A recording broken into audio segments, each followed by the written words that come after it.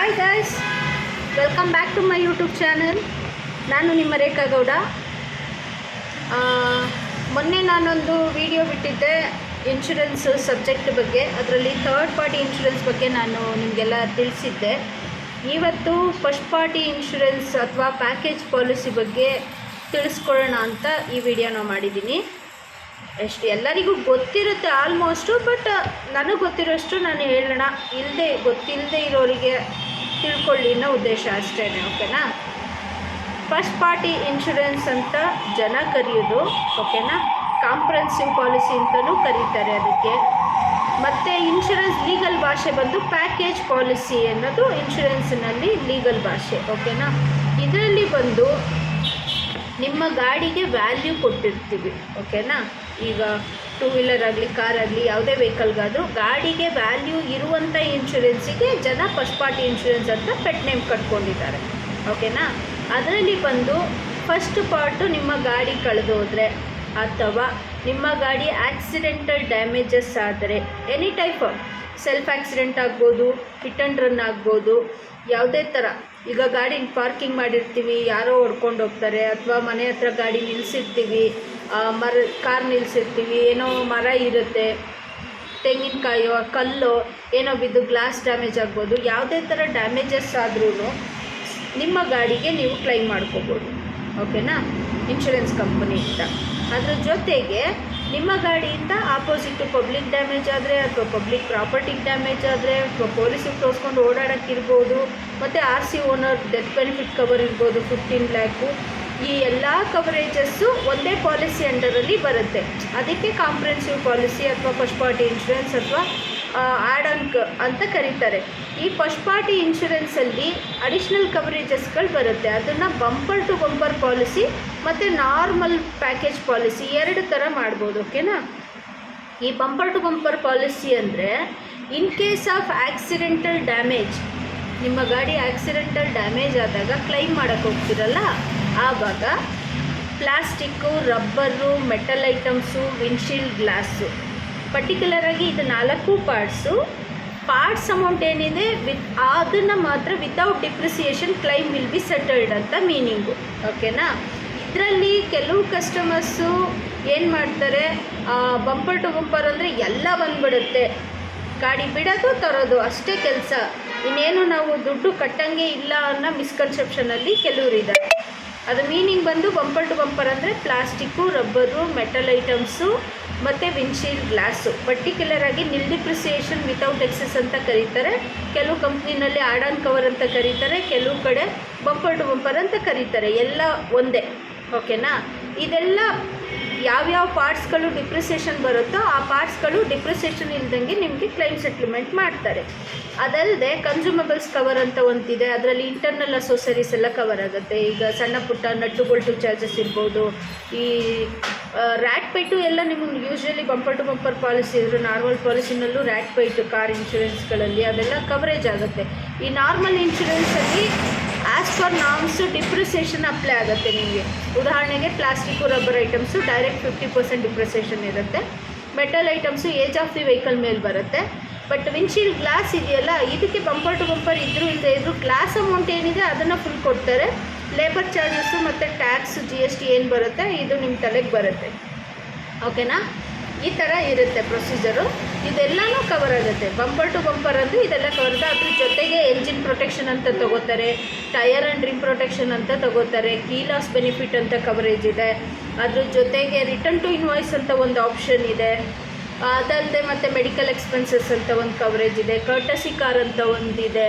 ಇವೆಲ್ಲ ಅಡಿಷ್ನಲ್ ಕವರೇಜಸ್ಸು. ನಿಮಗೆ ಫ್ರೀಯಾಗಿ ಯಾವುದು ಕೊಡೋಲ್ಲ. ಈ ಪ್ರೀಮಿಯಮ್ನ ಲೋಡಿಂಗ್ ಮಾಡ್ತಾನೆ. ಓಕೆನಾ? First year 10%, second year 20%, third year 30%, ಈ ಥರ ಪ್ರೀಮಿಯಮ್ನ ಲೋಡಿಂಗ್ ಮಾಡಿ ನಿಮಗೆ ಮಿನಿಮಮ್ 5 ಇಯರ್ಸ್ವರೆಗೂ ಬಂಪರ್ ಟು ಬಂಪರ್ ಪಾಲಿಸಿನ ನೀವು ತೊಗೋಬೋದು.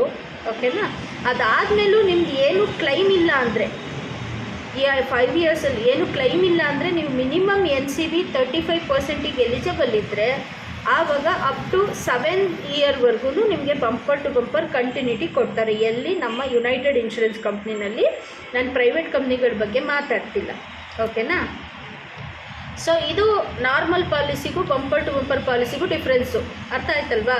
ನಾರ್ಮಲ್ ಇನ್ಶೂರೆನ್ಸಲ್ಲಿ ಡಿಪ್ರಿಸಿಯೇಷನ್ ಅಪ್ಲೈ ಆಗುತ್ತೆ, ಬಂಪರ್ ಟು ಬಂಪರಲ್ಲಿ ಡಿಪ್ರಿಸಿಯೇಷನ್ ಆಗಲ್ಲ. ಪಾರ್ಟ್ಸ್ ಅಮೌಂಟ್ ಫುಲ್ ಕೊಡ್ತಾನೆ, ಬಟ್ ಟ್ಯಾಕ್ಸು GST ಏನಿರುತ್ತೆ ಮತ್ತು ಲೇಬರ್ ಚಾರ್ಜಸ್ಸು, ಈ ಲೇಬರ್ ಚಾರ್ಜಸ್ಸಲ್ಲಿ ಸಣ್ಣ ಪುಟ್ಟ ನಿಮ್ಮ ತಲೆಗೆ ಬರುತ್ತೆ. ಇದನ್ನು ಬಂಪರ್ ಟು ಬಂಪರ್ ಪಾಲಿಸಿ ಅಂತ ಕರೀತಾರೆ.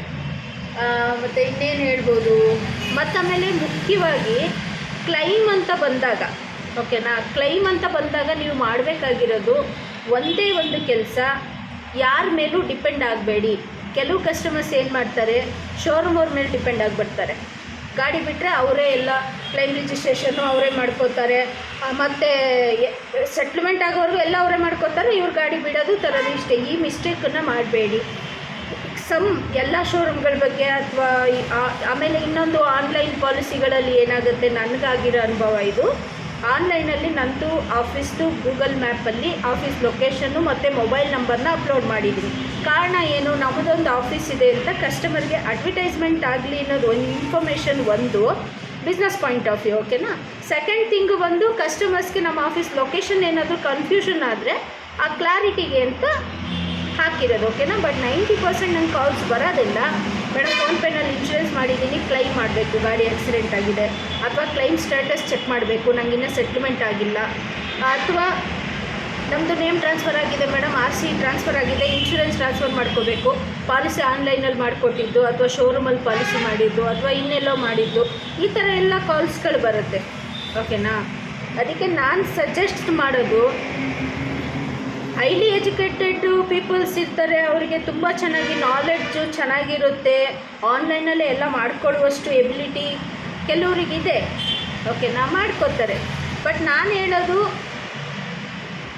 ಇನ್ನು ಕೆಲವ್ರಿಗೆ ಅದ್ರ ಬಗ್ಗೆ ನಾಲೆಡ್ಜ್ ಇರೋಲ್ಲ, ಯಾರೋ ಪೆಟ್ರೋಲ್ ಬಂಕಲ್ಲಿ ಅಥವಾ ಶೋರೂಮ್ಗಳಲ್ಲಿ ಅಥವಾ ಸೈಬರ್ ಸೆಂಟ್ರುಗಳಲ್ಲಿ ಎಲ್ಲ ಕಡೆ ಪಾಲಿಸಿ ಮಾಡ್ತಾರೆ. ಇವಾಗ ಎಲ್ಲೋ ಒಂದು ಕಡೆ ಪಾಲಿಸಿ ಮಾಡಿಬಿಡ್ತಾರೆ. ಬಟ್ ನಾಳೆ ಕ್ಲೈಮ್ ಅಂತ ಬಂದಾಗ ನಿಮಗೆ ಹೆಡ್ ಆಫೀಸ್, ಆ ಕಂಪ್ನಿ ಹೆಡ್ ಆಫೀಸ್ ಎಲ್ಲಿರುತ್ತೋ ಅಲ್ಲಿಂದ ಪಾಲಿಸಿ ಬಂದಿರುತ್ತೆ ನಿಮಗೆ.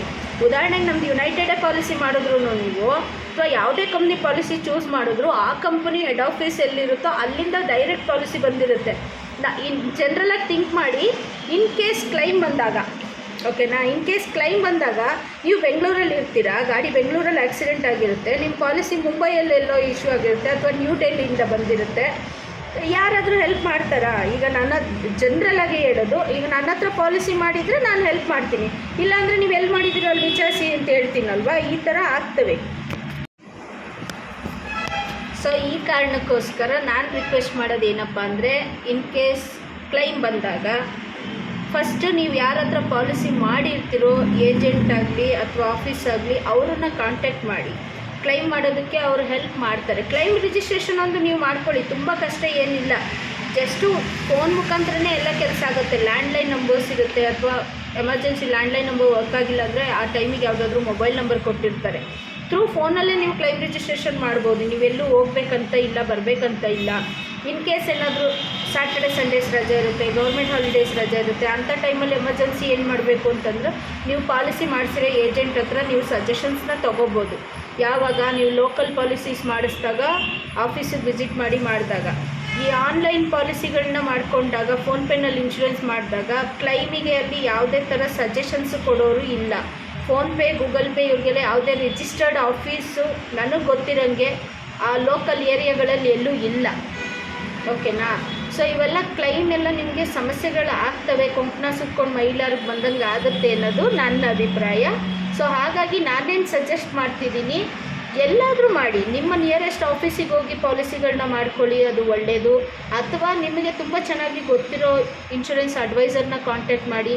ನೀವು ಆಫೀಸಿಗೆ ಹೋಗೋಕ್ಕಾಗಿಲ್ಲ ಅಂದಾಗ ಅವರಿಗೆ ಫೋನ್ಪೇ, ಗೂಗಲ್ ಪೇನಲ್ಲಿ ಅಮೌಂಟ್ ಕಳಿಸ್ಬೋದು, ಅಥವಾ ಅವ್ರಿಗೆ ನಿಮಗೆ ಪೇಮೆಂಟ್ ಲಿಂಕ್ ಕಳಿಸ್ಕೊಡ್ತಾರೆ ಡೈರೆಕ್ಟಾಗಿ.